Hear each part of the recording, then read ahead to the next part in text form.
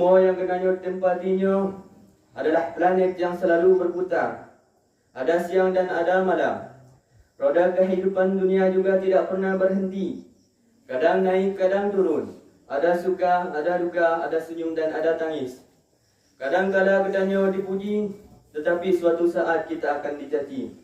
Jangan harapkan ada keabadian perjalanan hidup. Oleh sebab itu, agar kita tidak terombang-ambing dan tetap tegar dalam menghadapi kemungkinan tantangan hidup, Gedanya Bank Bandungnya harus mempunyai pegangan dan amalan dalam hidup. 3 amalan baik tersebut adalah istiqamah, istiqarah dan istighfar. Yang katanya singkat adalah 3 is. Yang pertama adalah istiqamah, yaitu kokoh dalam akidah dan konsisten dalam beribadah. Begitu pentingnya istiqamah ini sampai Nabi Muhammad SAW pernah berpesan kepada Abu Sufyan. Abu Sufyan pernah berkata, "Wahai Rasulullah, katakanlah kepadaku pesan dalam Islam, sehingga aku tidak perlu bertanya kepada orang lain selain engkau." Maka Nabi menjawab, "Katakanlah, aku telah beriman kepada Allah, kemudian beristiqamahlah."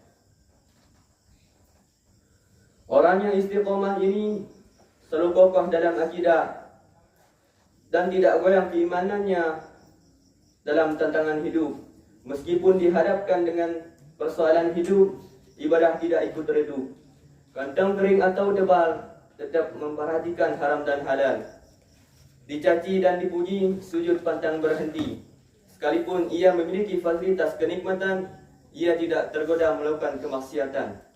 Orang seperti itulah yang dipuji oleh Allah Subhanahu wa taala. Hadirin sedang jamaah Jumat yang dirahmati oleh Allah Subhanahu wa taala. Yang pertama. Yang kedua adalah istighfar, yaitu selalu memohon petunjuk kepada Allah dalam setiap langkah dan penuh pertimbangan dalam setiap tindakan. Setiap orang pasti mempunyai kebebasan berbicara dan melakukan sebuah perbuatan. Akan tetapi menurut Islam, tidak ada kebebasan yang tanpa batas, dan batas-batas tersebut adalah aturan-aturan agama.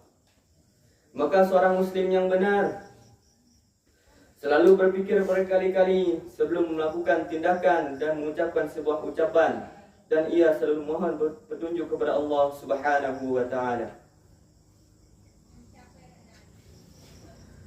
Nabi Muhammad SAW pernah bersabda, "Man kana yu'minu billahi wal yawmil akhir falyakun khairan aw liyasmut."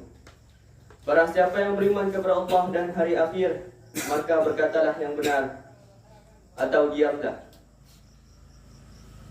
Tetapi kalau ucapan itu tidak baik,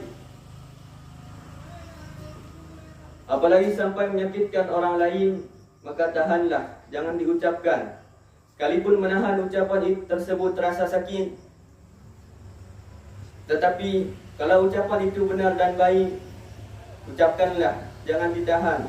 Karena lidah kita menjadi lemas untuk menerapkan kebenaran dan keadilan serta menegakkan amar ma'ruf nahi munkar.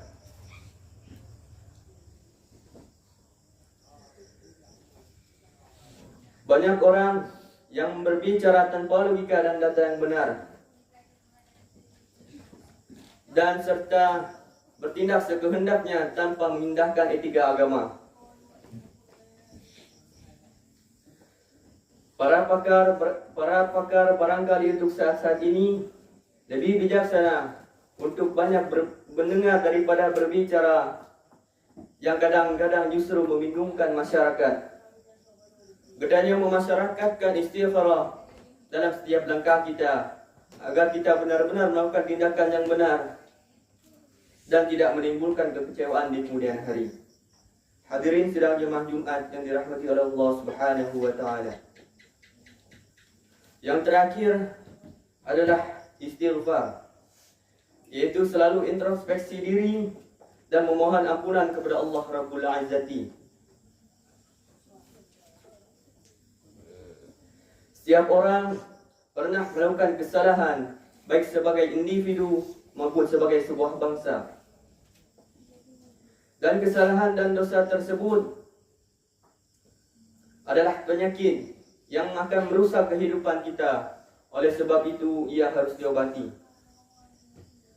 Tidak sedikit persoalan besar yang kita hadapi akhir-akhir ini yang diakibatkan karena kesalahan kita sendiri. Saatnya kita introspeksi masa lalu, memohon ampunan kepada Allah Subhanahu wa taala dan koreksi untuk masa depan yang lebih cerah dengan keridhaan Allah Subhanahu wa taala. Mungkin ini saja yang bisa Tuhan sampaikan. Kesimpulannya adalah tidak ada kehidupan yang sepi dari tantangan hidup. Agar kita tetap tegar dan selamat dari godaan dan cobaan, keduanya harus memiliki 3 amalannya, yaitu istiqamah, istighfar dan istighfar.